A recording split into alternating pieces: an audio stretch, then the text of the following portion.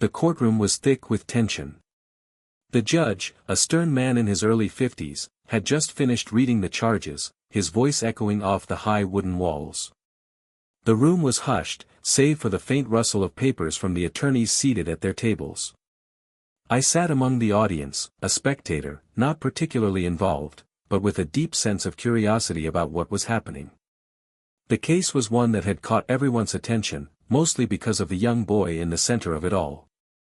The boy, barely 6 years old, stood in front of the judge with an expression far too serious for someone his age. His parents, seated behind him, wore matching looks of concern and quiet determination. The boy was clutching something in his small hand, something that was about to become the key to the most shocking moment of the entire trial. As the proceedings continued, a shift in the atmosphere became palpable. People seemed to lean forward, almost instinctively, waiting for something to happen. I didn't know what it was, but I could feel it coming. The air grew heavier with anticipation. The prosecutor, a tall man with sharp features, stood up and walked toward the young boy. He asked a question that I couldn't quite make out, but it was clear from the boy's reaction that this was a significant moment. The boy's eyes flickered from the prosecutor to the room around him. Then, with a slow and deliberate motion, he lifted his finger and pointed directly at one of the officers sitting at the front. The room froze. The officer, a middle-aged man with graying hair and a rigid posture, had been sitting with his hands folded in his lap, his face stoic and unreadable. But as the boy's tiny finger pointed straight at him, his expression shifted, a flash of confusion and panic crossing his face. The entire courtroom held its breath. For a split second, you could almost hear the blood rush to the officer's head, his face paling in an instant. He didn't move, didn't speak. His mouth opened slightly, but no words came out. Every pair of eyes in the room was now trained on him, including mine. I could see the officer's pulse quickening, his throat tightening, as if something profound had just shifted. A sense of unease rippled through the room. The boy, still pointing, didn't seem to notice the reaction he had caused. His gaze was steady, unblinking, as if this simple action was his own form of justice. The judge shifted in his seat, clearing his throat, but the silence remained heavy. I noticed the prosecutor's lips tightening into a thin line, as though he, too, understood the weight of what was happening. It was the first time I saw him hesitate. The tension was almost unbearable, as though the very air had solidified, every person waiting for what was about to unfold. Then, the officer finally moved, but it was only a slight twitch of his hand. His eyes darted around the room, and it seemed like he was trying to reconcile what had just happened. His confidence was gone. The room felt colder, the light more distant, as though something larger than all of us had taken root in that brief, pregnant moment. And then, in the midst of the tension, the silence broke. The young boy's voice, small but clear, echoed in the stillness. He did it. The room shifted once more. The words were simple, but they carried the weight of something far more significant. He did it. The boy's voice rang out, causing ripples of shock to spread through the courtroom. Every head turned toward him, their eyes flickering between the boy and the officer. For a moment, there was no sound, just the subtle creaking of the wooden chairs and the hum of the overhead lights, as if the room itself were trying to digest what had just been said. The officer's face had drained of color, the shock still visible in his wide eyes.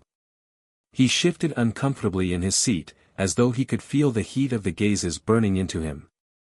The boy's finger didn't waver. It remained pointed, unwavering, at the officer, a silent accusation hanging in the air. I could feel the weight of the moment bearing down on me, like something irreversible had just begun to unfold. The crowd was silent, all eyes on the boy. Even the court stenographer had stopped typing, her fingers hovering over the keys. The judge, too, was motionless, his gaze locked on the scene before him, his expression unreadable. The officer seemed to shrink, his shoulders slumping as though the weight of his past actions, whatever they might be, had come crashing down on him. His mouth opened and closed a few times, but no words escaped. His hands, which had once rested so confidently in his lap, were now trembling slightly. It was then that the boy's mother, who had been sitting quietly behind him, stood up. She wasn't yelling or demanding anything. Instead, she placed a steady hand on her son's shoulder and spoke in a calm, unwavering voice.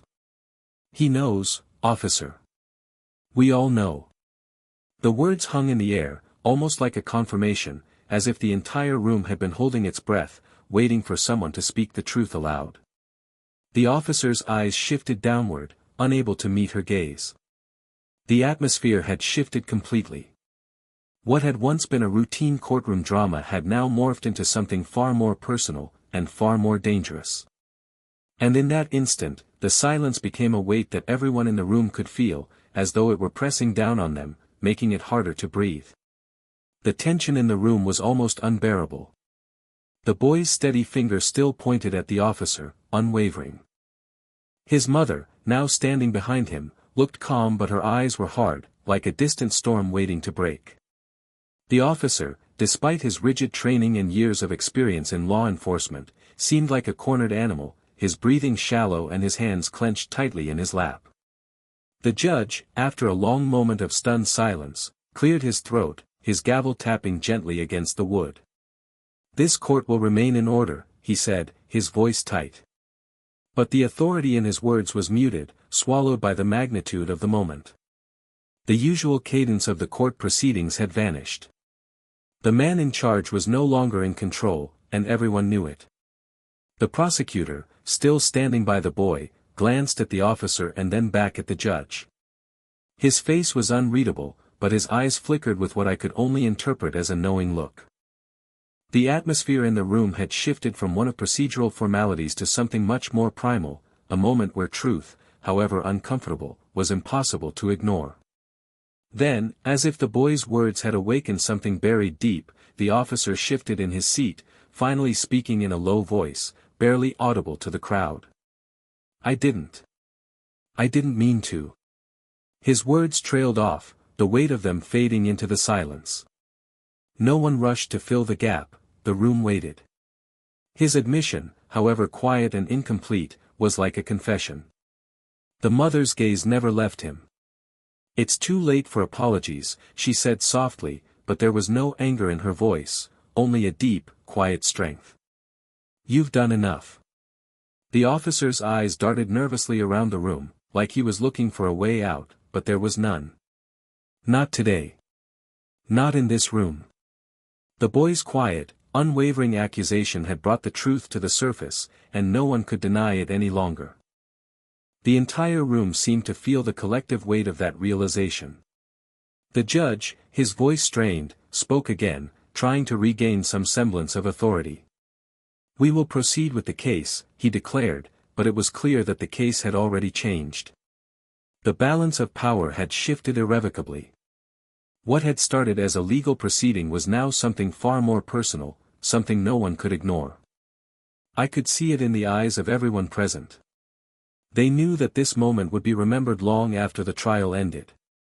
And as the officer finally lowered his head, a bitter realization settled over the room: there was no escaping what had just been revealed. The truth had come to light, and the room was forever changed by it. The silence stretched on for what felt like an eternity. The room was still, except for the occasional shuffle of feet and the rustling of papers as people shifted in their seats, unable to fully process what had just unfolded. The officer, his face pale and eyes cast downward, had lost all semblance of authority. He no longer held the firm, unflinching demeanor of a lawman, but rather that of someone who had been exposed, vulnerable and human. The boy's finger slowly dropped, but his gaze remained locked on the officer.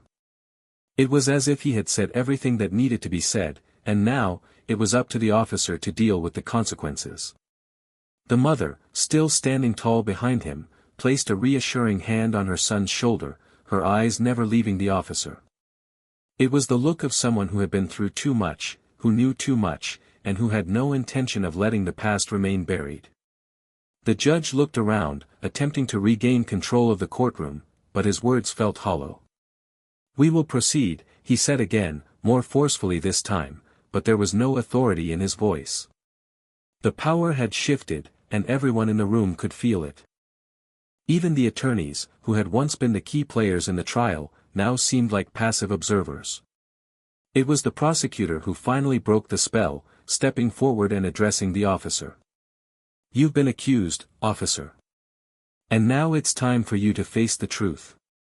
His words were sharp, direct, carrying a weight that the officer could no longer escape.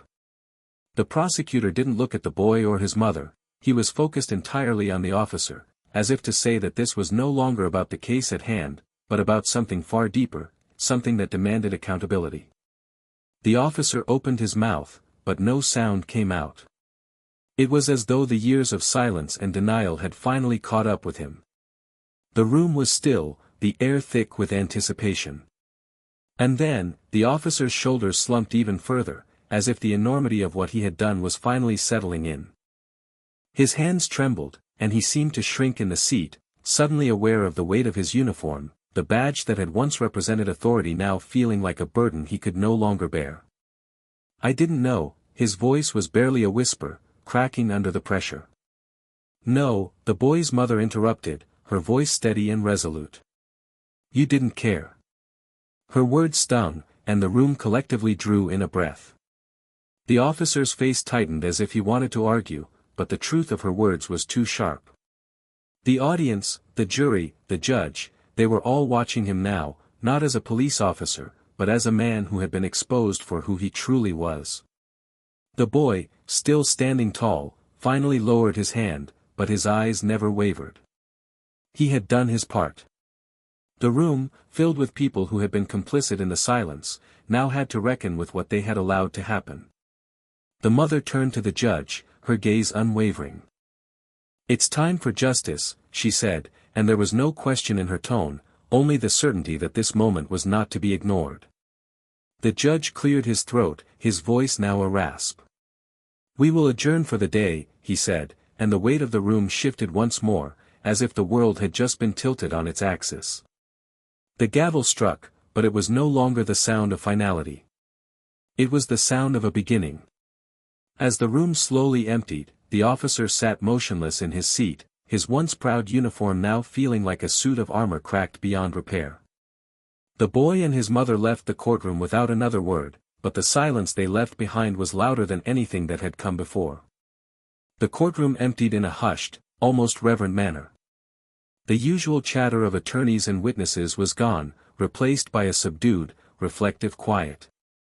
People passed one another with downcast eyes, as though they had been participants in something far more profound than a simple trial. The weight of the boy's finger, still hanging in the air, seemed to follow everyone as they filed out. It wasn't just a physical gesture, it had marked something irreversible, something no one could ignore. I lingered for a moment longer, standing near the door, still trying to process what had just transpired. The officer was left sitting alone in the witness stand, his back hunched, his hands trembling slightly as he stared down at the floor, as though the world had caved in around him. His uniform, once a symbol of control and power, now looked like a costume, a facade that had shattered under the force of truth. I overheard a few whispers as people passed by. "Did you see his face? He was terrified. That boy, he knew, how could he know?" The disbelief was palpable, but there was also a sense of something else, something shifting, something that had been unlocked in that brief, charged moment. Outside the courthouse, the sky was overcast, as if the weather had sensed the change as well. People gathered in small clusters on the steps, talking in hushed voices, sharing what had happened. The story was already spreading like wildfire. But even as they spoke, there was an undercurrent of something else, unease. The officers' actions, whatever they were, had been exposed, and now, the question everyone was left with was what would happen next. Would there be consequences? Or would the system, as it often did, try to cover its tracks? I caught a glimpse of the boy and his mother as they walked toward a waiting car. The boy's expression was still serious, as though the weight of what he had done hadn't yet fully sunk in. He looked like someone who had just taken on a responsibility far beyond his years. His mother walked beside him, her hand lightly resting on his shoulder, but her eyes were focused ahead, as if she was already preparing for the next step in their journey. The streets outside the courthouse were busy, but the atmosphere felt different. People moved past each other with a new kind of awareness, as if they were walking among something that had changed, something that couldn't be unseen or unheard. The usual hustle and bustle of city life seemed muted, like the world was holding its breath, waiting for the ripple effect of what had just happened to reach further. As I made my way back to my car, I couldn't shake the image of the officer's face, the look of a man who had been caught in the web of his own choices, and now had no escape. The boy's finger had been the catalyst, but it was the truth in the silence that followed that had truly done the damage. And though the courtroom doors had closed behind us, I couldn't help but feel that this moment was far from over. The silence would linger, just as the boy's pointed accusation would echo in the minds of everyone who had witnessed it. The following days felt like they were moving in slow motion. News outlets had picked up the story, but not in the way most would expect. There was no sensational headline about a child's accusation. Instead, the focus shifted to the raw, uncomfortable truth of the officer's reaction. Interviews with people who had been present in the courtroom flooded social media, and the story began to take on a life of its own. Everyone had seen the officer's face, frozen in that moment of realization, and the image of the boy's finger still seemed to hang in the air, impossible to ignore.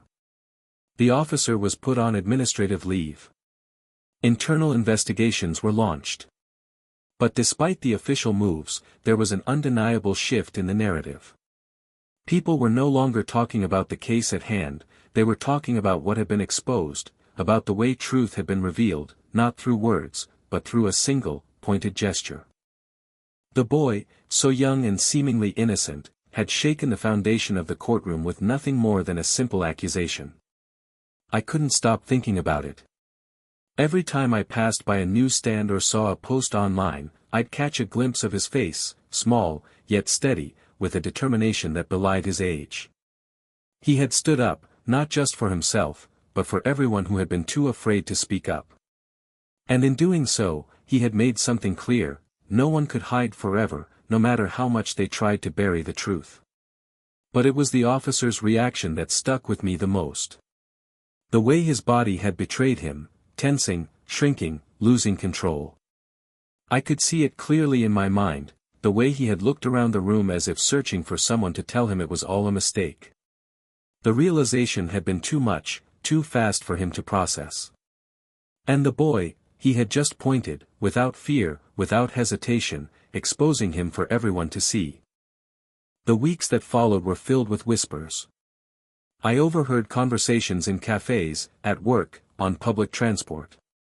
People who had been in the courtroom were now talking about how different it felt, how something had shifted in the room that day. How, despite all the official proceedings, the true power had rested not in the law, but in the silence after the accusation. And then, a few weeks later, the officer resigned. There was no press conference, no grand statements, just a quiet exit. But his departure wasn't the end of the story. It was the beginning of a larger conversation about accountability, about the things we choose to ignore and the truths we refuse to face. The boy, for his part, was left to go back to his life, to school, to play with his friends. But the weight of what he had done didn't seem to burden him. In interviews, he spoke only briefly, his answers simple. "I just pointed," he said with a shrug when asked about the moment. It was the truth. And in that simplicity, I realized that was all it had taken. A single moment of truth, spoken by a child, had undone years of denial.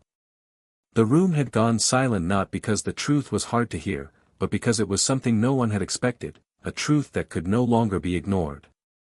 The case had not been about one officer, one child, or one courtroom. It had become about something larger, about what happens when the world is forced to confront its own reflection. As the months passed, the shock waves of that day in the courtroom continued to ripple through the community. The officer's resignation was followed by an official public statement, though it was carefully worded, more about the need for reflection and personal accountability than about admitting guilt. But the people weren't fooled. They had seen the truth with their own eyes, the truth that didn't need words to be understood. The boy, now a small local hero, had become the symbol of courage for so many. His school friends didn't quite grasp the gravity of what had happened, but they admired his quiet confidence. There were no parades or celebrations, the boy didn't seek any of it. He continued to live his life, unaware of how his single act of pointing had shifted the landscape of justice. He was a child who had simply acted on what he knew to be true, and in doing so, he had become an icon of integrity.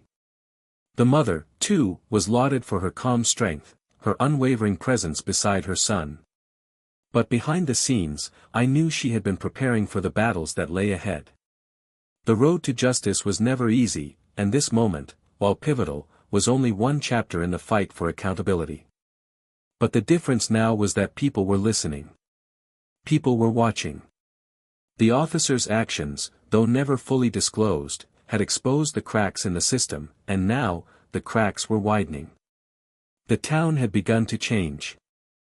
Discussions that were once whispered in back alleys or hidden behind closed doors were now being had out in the open. People were talking about accountability in a way they never had before. The boy's simple accusation had created a shift that no amount of silence could bury. In the final moments of the trial, the room had gone completely still, as if every person had been waiting for something, for the inevitable revelation. What no one expected, what no one saw coming, was the child's quiet act of defiance. It wasn't a loud protest or a confrontation. It was a single pointed finger that carried the weight of truth, a truth that was not only undeniable but now impossible to ignore.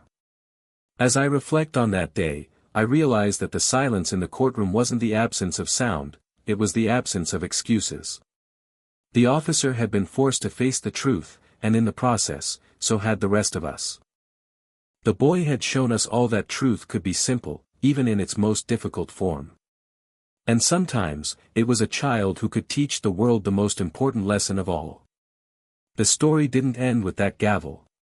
It lived on in the quiet conversations, the reluctant self-reflection, and the lessons learned. And perhaps, in some ways, it would live on forever, not as a singular moment, but as a reminder of what happens when truth is finally spoken, loud and clear, in the most unexpected of ways. The room had gone silent. But it was the silence that spoke louder than anything else ever could.